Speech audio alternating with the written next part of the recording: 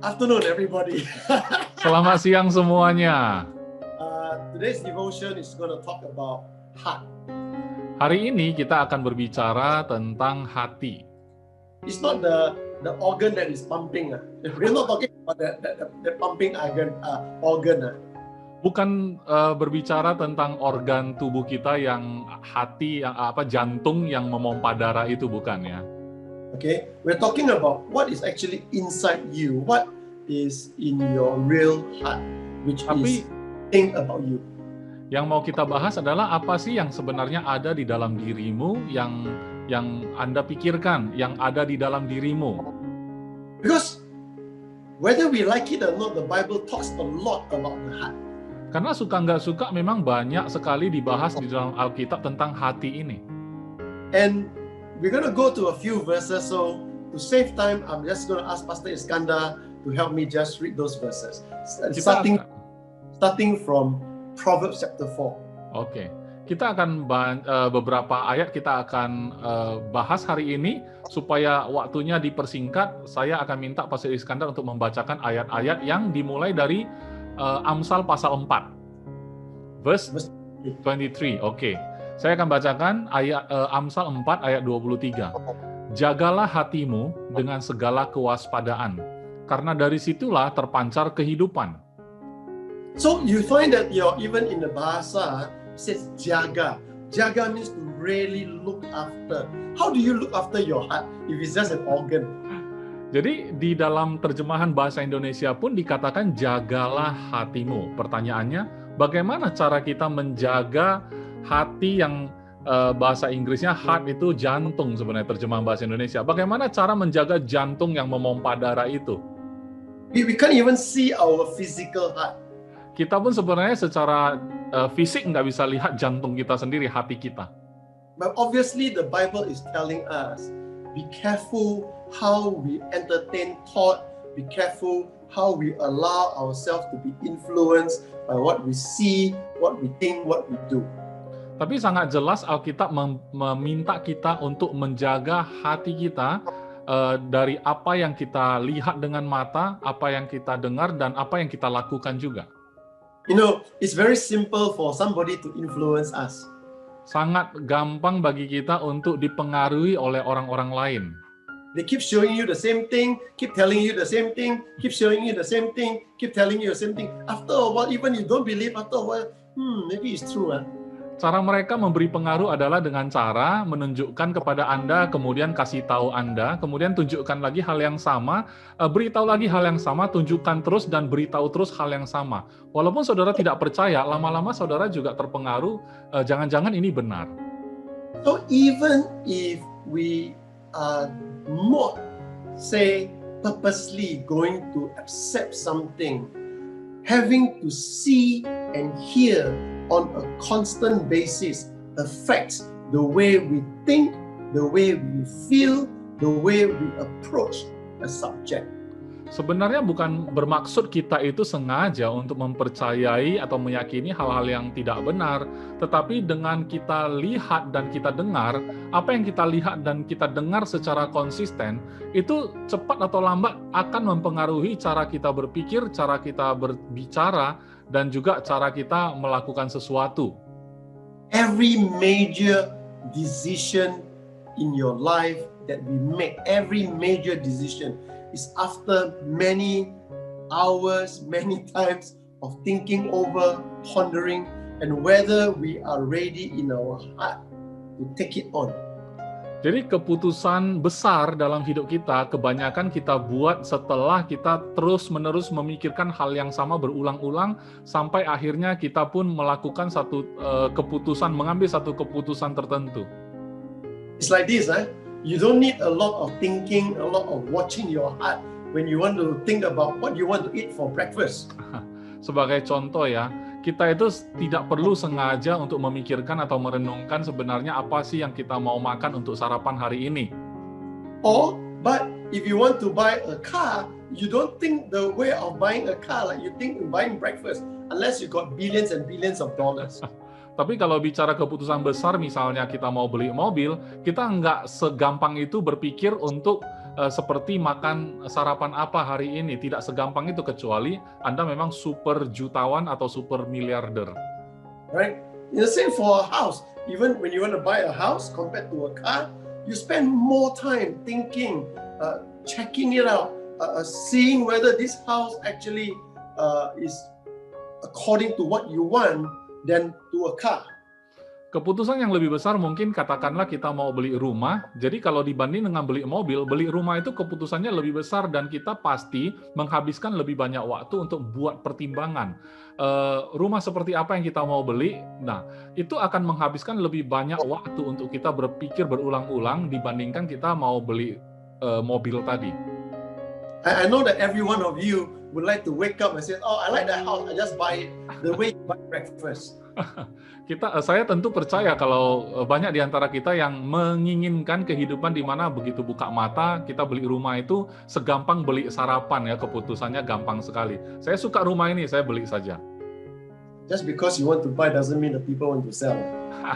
Tapi masalahnya kalau saudara pengen rumah itu, Anda pengen beli, belum tentu mereka mau jual ya. But the Bible is telling us about to guard our heart, not about things to buy or not about things to get, but how our heart affect our life. Tapi yang kita diminta untuk jaga adalah hati kita, bukan soal keputusan-keputusan itu yang lebih penting, tapi cara kita untuk bisa menjaga hati kita yang akan menentukan bagaimana cara kita menjalani hidup. To emphasize that, let's go to Luke chapter 6 verse 45. Untuk memperjelas itu, kita akan masuk kepada Lukas 6 ayat 45. Dikatakan demikian ya. Orang yang baik mengeluarkan barang yang baik dari perbendaharaan hatinya yang baik. Dan orang yang jahat mengeluarkan barang yang jahat dari perbendaharaannya yang jahat. Karena yang diucapkan mulutnya meluap dari hatinya. So you find that here, it's not the heart that speaks. It's actually the mouth that shows what is in the heart. Jadi sebenarnya bukan hatinya itu ya, tapi kelihatan dari ucapan mulut. Karena apa yang diucapkan mulut itu keluar dari hati. So whether a person is rich, a person is poor, a person is well educated or not educated, you can actually hear what the heart is. Terlepas dari orang ini kaya atau miskin, dia berpendidikan atau tidak, tetapi apa yang mereka ucapkan, sebenarnya kita bisa melihat itulah hatinya, karena dia keluar dari hati. Whether a person is, a religious, a faithful, or a person who don't care, just listen to how they talk. You know what the heart is talking about. Jadi untuk kita melihat orang-orang yang kelihatannya taat beragama ataupun bahkan hidupnya yang sembarangan sekalipun, kita bisa mengenal hati mereka dengan cara mendengarkan apa yang mereka ucapkan lewat mulut mereka. Now Jesus said this because the Pharisees called him, said that he said bad things about Jesus. Yesus mengatakan hal ini karena orang Farisi berbicara hal buruk tentang Yesus. Now we know that Jesus doesn't do anything that is bad or evil. Kita tahu ya, Yesus tidak pernah melakukan hal-hal yang buruk atau bahkan jahat ya. But to the Pharisees, their heart is already evil. So no matter how many good Jesus do, it is still evil. Tapi kalau bagi orang Farisi yang hatinya memang udah jahat pada saat itu, apapun yang Yesus lakukan, tentu mereka melihatnya sebagai sesuatu yang jahat. Karena memang yang jahat adalah diri mereka. So every time they see Jesus do something good, Jesus cast out a demon. By the power of the devil, he cast out demon. Jadi kalau Yesus melakukan yang namanya mengusir setan, dan mereka melihat, nah ini Yesus melakukannya dengan kuasa iblis. Jesus heal somebody on the Sabbath, or he breaks the law. It's the Sabbath, cannot heal. Kalau Yesus menyembuhkan orang sakit di hari Sabat, mereka nggak melihat, wah Yesus menyembuhkan orang sakit di hari Sabat. Tidak boleh melakukan sesuatu di hari Sabat. Jesus said that, woman or man, your sins are forgiven you. Well, who does he think he is? Only God can forgive sins. Kalau Yesus mengatakan kepada wanita atau pria bahwa dosamu sudah diampuni, mereka akan mengatakan, siapa kamu menyamakan diri dengan Tuhan mengampuni dosa orang? So in their heart, when their heart is so evil, all you need to do is just listen to what they say.